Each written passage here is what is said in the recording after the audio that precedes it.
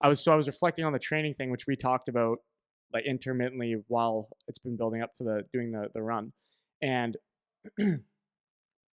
I'm thinking like leading up to it because I still have to work a lot and I'm gone most of my weekends and whatever. I couldn't optimize my performance day. Like I couldn't peak the way I wanted to peak because I couldn't train enough. I couldn't schedule enough. Like all that stuff was not the way I needed it to be. And so I started reflecting back to just like playing hockey games and the travels between this travel schedule, the sleep schedule, the school demands, and all these other things that are going on.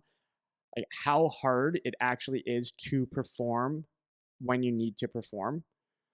And I think the reason I want to talk about it because I'm sure if people put some thought into this, they would agree.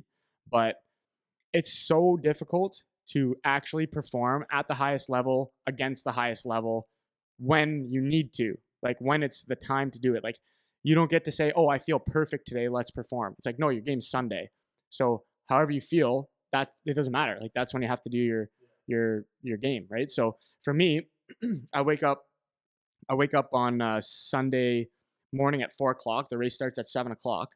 I'm looking at my Whoop. I got like a 39% recovery because we're on the road for games the 2 days before that. Not eating the way I want to, not sleeping the way I want to. The training schedule up to that was not the way I wanted to. And then it's like, it doesn't matter. 7 o'clock, it starts. It doesn't matter. You have to figure out how to perform. And for me, I was thinking about how grateful I am now that it doesn't matter how I do. Like I'm not trying to because perform you're not physically. playing for anyone Yeah, or I'm not whatever. I'm not a hockey player anymore. I'm not trying to play for the Red Wings. I'm not my race was like if I do poorly or out okay or great, it doesn't matter. Like it's just I don't have to have that competitive drive to do a great job when I'm performing at anything anymore from a physical standpoint. It doesn't matter to my life goals now. Other than I care about being healthy and all that shit, which that matters. But if I don't win the race or I don't win the game or I don't, it doesn't matter. And so when we're talking about for these young kids that are inexperienced, don't have any of their routine set, are trying to figure it out, and kids up to let's say 20 years old or whatever, the expectations on them being able to perform optimally is almost unfair to a degree because of how hard it is to actually put forth your best in circumstances that you can't control. I have 2 games in a day. I have a long bus road or a long bus trip. I have whatever thing is that's making it challenging. Yeah, your parents are in control of how you get there. Parents in control of what you do during the week. Like you could say you want to go to bed at certain times and all this stuff. Eat the right way, but if your mom and dad are making meals and driving you around all over the place and taking on their schedule, of course. But eating, you want to eat healthy and they can't afford it or they just don't have the time to make the right meals and stuff. Yeah, everything adds up. Or even just they don't know the information.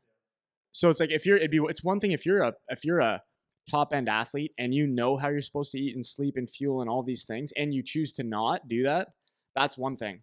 But if you're young and you don't even know the information, but your coaches, your parents, whoever, your agent, your advisor, whatever it is, like are expecting you to perform at your best when a lot of them don't even know what that means or what that takes or whatever. And even for people that have played high level or have played pro or in the NHL or whatever sport, if it's a different sport where they've been a high performer, it's not that they necessarily knew either.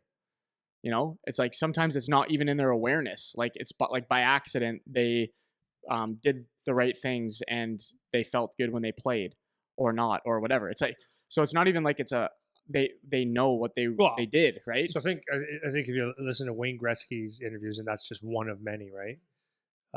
One of many people. I mean, is before every game he had Diet Coke and a couple hot dogs. I'm gonna say it's probably not optimal. Right. Fuel. So that's exactly what I'm saying. So it's guys like, used to smoke darts in the dressing room. Probably not optimal. But even now, like you go to whatever if you're playing in college or something like that, and like you have your school meal plan thing that you follow as part of your like you go to the cafeteria or whatever it is where you get your meals, and it's like whatever's there, you're gonna eat whatever's there. And do you know the difference between this and that? Do you know the difference between this and how it is going to affect your performance?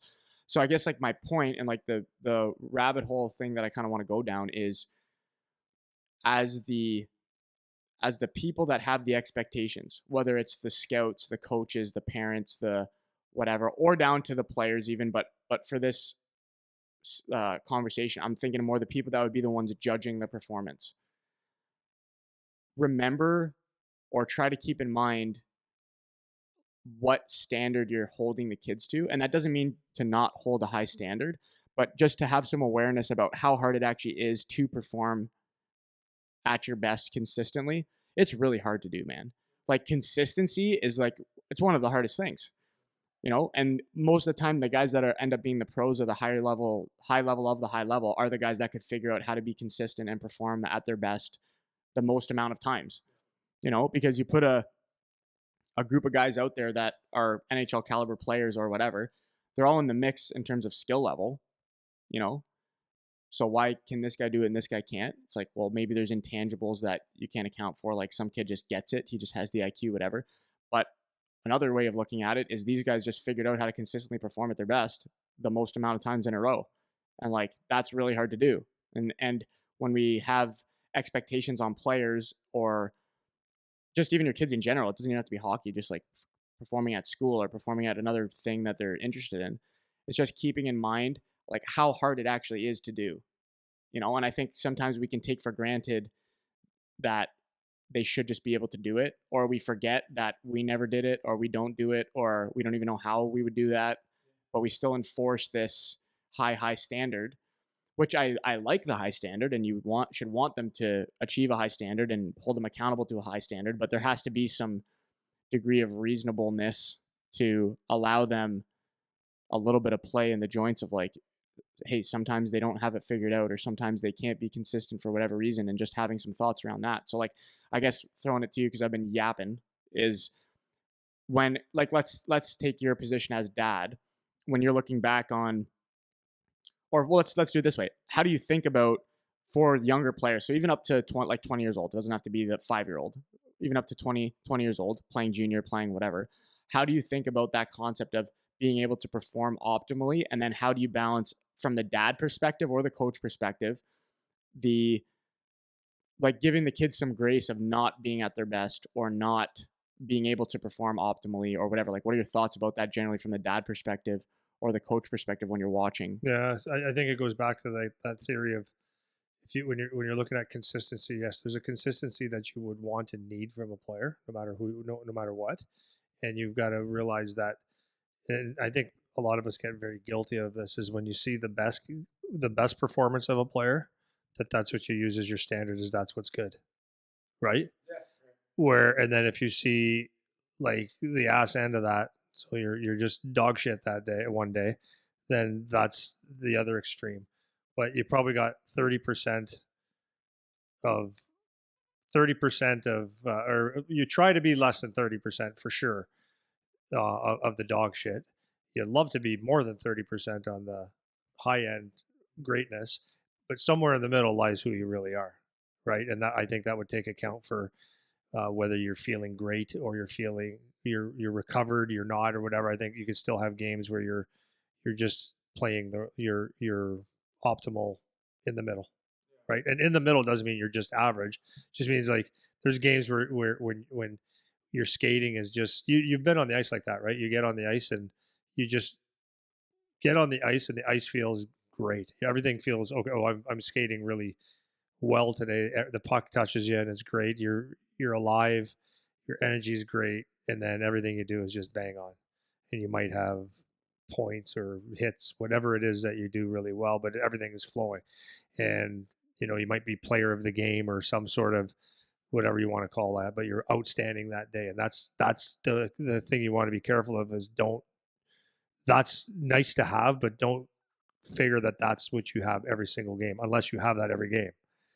So if you like, and I think so, I think a lot of times players and coaches and dads included will look at that game, that high end game, and say, okay, that's what you are, son, or whatever. That's what you are. That's where you should be playing every day. You're that good. You got to bring it every day. It's like okay, but that's the best you can be, right? And then obviously the opposite end is the dog shit end when you're not feeling it. I mean, I remember I don't know if I said this before. I remember one of my teachers in high school wanted to come to one of our games, and I said, "Yeah, I'll get you some tickets tonight." So we were playing at home against Kitchener, and I was mentally like, just I was playing really well normally, anyways. But this game comes on, and I'm like fired up, and yeah, I got one of my teachers here. That's kind of cool, and to talk to him every day because I didn't do any of the schoolwork. But anytime that puck was near me, it was like the weirdest thing. It was I couldn't make a flat pass. I couldn't make a. Everything was just bobbling just a little bit, and I'm like, I thought I played horrible. He said, "Oh man, you're a good player," and I'm like, that nothing felt right. But I can't use that as my right. So yeah, so you got to know that's going to happen. You're going to have games where you're flatter than piss on a platter. Yeah.